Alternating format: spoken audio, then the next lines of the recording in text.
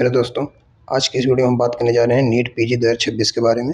शैक्षणिक सत्र 2026-27 के लिए एनबीएमएस ने क्या बदलाव किए हैं और आपको अपनी तैयारी और आवेदन कैसे शुरू करना है, इस मास्टर क्लास में हम इसकी पूरी एनालिसिस करेंगे। तो चलिए एक एक करके देखते हैं। तो सबसे पहले नज़र डालते हैं महत्वपूर्ण तारीखों पर। तो ऑनलाइन जो रजिस्ट्रेशन की प्रक्रिया है 1 जुलाई 2026 को शाम 5 बजे से शुरू हो गई है और यह मतलब कि 21 जुलाई रात 11:55 तक चलेगी।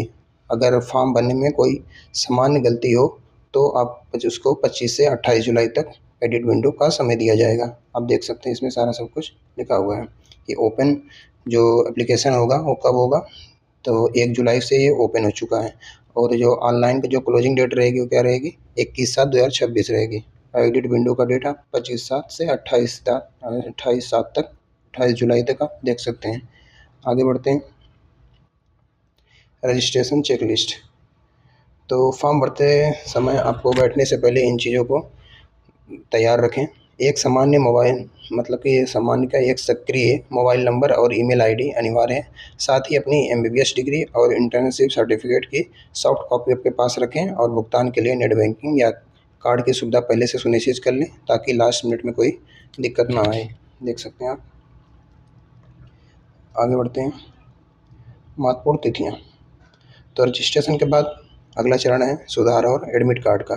तो फ़ोटो और सिग्नेचर में सुधार के लिए मतलब 31 जुलाई 2026 से 10 अगस्त 2026 तक का विशेष विंडो खुली रहेगी। आपको किस शहर में परीक्षा देनी है इसकी जानकारी 11 अगस्त से मिलनी शुरू होगी और एडमिट कार्ड 27 अगस्त को जारी किए जाएंगे। देख सकते हैं सारी डिटेल। आगे बढ़ते हैं कि एग्ज़ाम डेट्स। तो अब बात करते हैं उस बड़े दिन की। नीट पीजी 2026 की परीक्षा मतलब 30 अगस्त 2026 को आयोजित की जाएगी और अपनी तैयारी को इसी तारीख के हिसाब से फाइनल टच दें और परीक्षा का परिणाम भी ठीक 1 महीने बाद यानी कि 30 सितंबर 2026 तक घोषित कर दिए जाएंगे। देख सकते हैं। आगे बढ़ते हैं।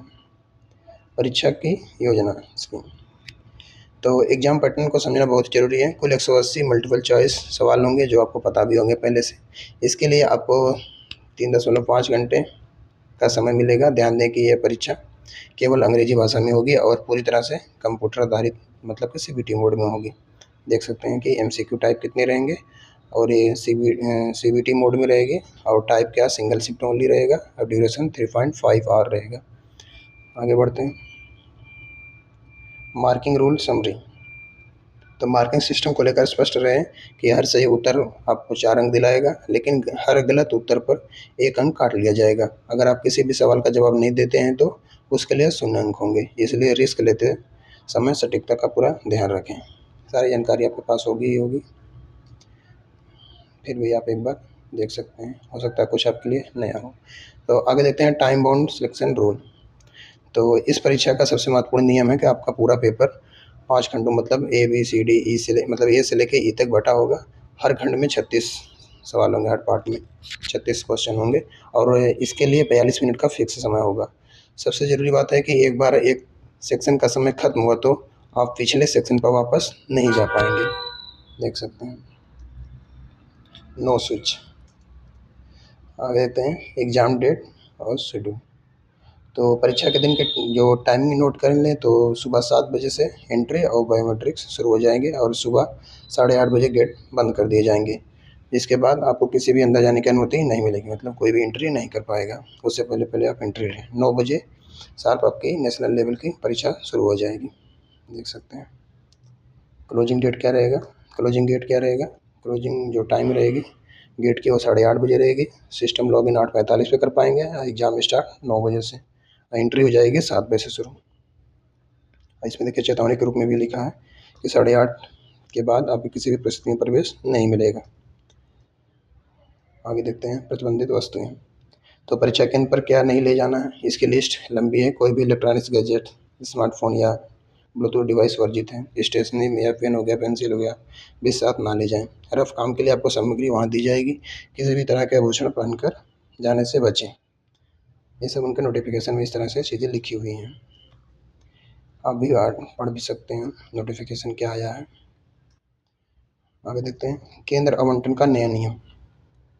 अब पहले आओ पहले पाओ वाला सिस्टम खत्म हो चुका है। परीक्षा केंद्र का आवंटन अब पूरी तरह से कंप्यूटराइज रोटेशन प्रणाली से होगा, मतलब कि जो केंद्र आवंटन में आपके पत्राचार के पते करस्पॉन्डेंस एड्रेस की भूमिका बड़ी होगी। देख सकते हैं इसमें किस तरीके से इसमें प्राथमिकता दी जाएगी। आगे देखते हैं राज्य प्राथमिकता प्रणाली रूल।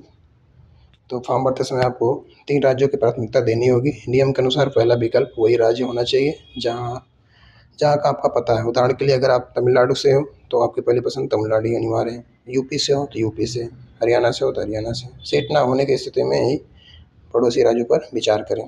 देख सकते हैं ये आपके ऊपर है। आगे बढ़ते हैं। पते के वैध प्रमाण। तो पते के सत्यापन के लिए आपको सरकारी आईडी अपलोड करनी होगी, जिसमें आपका आधार कार्ड हो गया, जिसे पीडीएफ या जेपीजी फॉर्मेट में, पासपोर्ट हो गया, वोटर आईडी हो गया, या राज्य सरकार द्वारा जारी मूल प्रमाण पत्र हो गया, डोमिसाइल मान्य होगा। देख सकते हैं।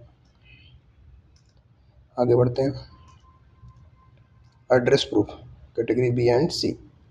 तो अगर आपके पास कैटेगरी ए के डॉक्यूमेंट नहीं है तो आप अपने state medical council registration college द्वारा जारी इंटर्नशिप सर्टिफिकेट या 3 महीने से कम पुराना बिजली बिल या रजिस्टर्ड रेंट एग्रीमेंट भी पते के प्रमाण के तौर पर दे सकते हैं। देख सकते हैं आप सारी डिटेल। आगे बढ़ते हैं। पात्रता भारतीय स्नातक। तो पात्रता की बात करें तो आपकी एमबीबीएस डिग्री एनएमसी से मान्यता प्राप्त होनी चाहिए और आपका रजिस्ट्रेशन या तो एनएमसी में या किसी स्टेट मेडिकल काउंसिल में होना जरूरी है।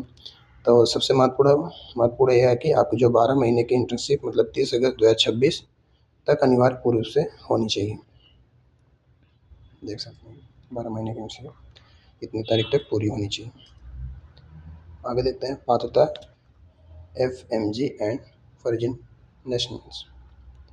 इसमें देखते हैं कि जो एफएमजी उम्मीदवारों के लिए जो एफएमजीई परीक्षा उत्तीर्ण करना और 30 सितंबर तक इंटर्नशिप पूरी करना आवश्यक है। वहीं विदेशी नागरिकों के लिए एनएमसी की मान्यता के साथ साथ भारत सरकार के गृह मंत्रालय से सुरक्षा मंजूरी मतलब सिक्योरिटी क्लियरेंस लेना अनिवार्य होगा। आगे बढ़ते हैं। आधार सुरक्षा प्रमाणीकरण।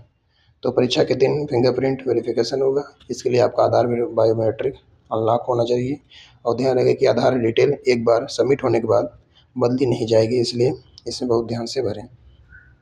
देख सकते हैं। बायोमेट्रिक अनलॉक कैसे करें। तो बायोमेट्रिक से अनलॉक करना सरल है।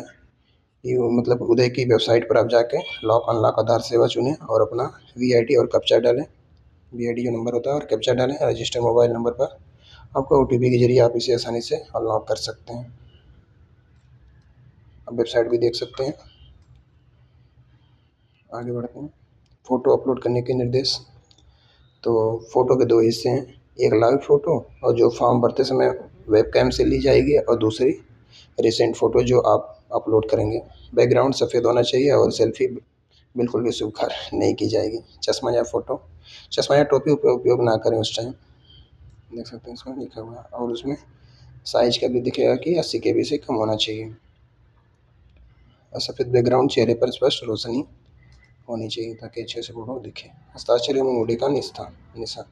हस्ताक्षर के लिए बिना लाइव वाले कागज पर 3.5 गुणे 1.5 सेंटीमीटर के बॉक्स का उपयोग करें और बाएं अंगूठी का निशान थंब इम्प्रेशन क्षैतिज यानी कि हॉरिजॉन्टल होना चाहिए। ध्यान रहे कि इंक ज़्यादा ना फैले और फोटो की क्वालिटी 80 KB से कम हो।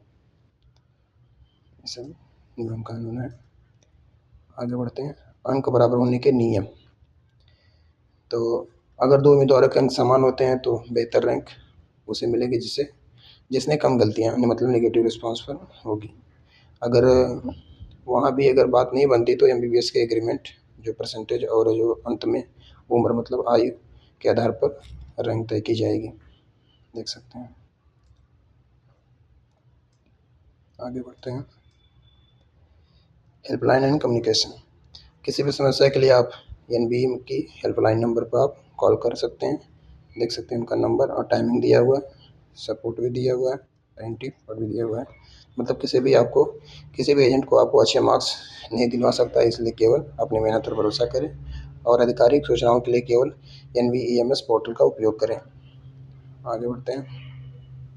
तो देख सकते हैं कि भविष्य के सभी मतलब जी लर्निंग आपकी तरफ से आपको शुभकामनाएं, और नियमित क्लासेस और अपडेट के लिए हमसे जुड़े रह सकते हैं। अब मतलब क्लास तो नहीं प्रोवाइड कर सकता मैं आपको, बस सूचना ही दे सकता हूँ। तो अगर आपको यह जानकारी काम आई हो तो वीडियो को लाइक और शेयर ज़रूर करें, चैनल को सब्सक्राइब करना ना भूलें। मतलब मैं एक नोटिफिकेशन दे सकता हूँ, उसके लिए क्लास कर दिया सकता हूँ आपको। Thanks for watching.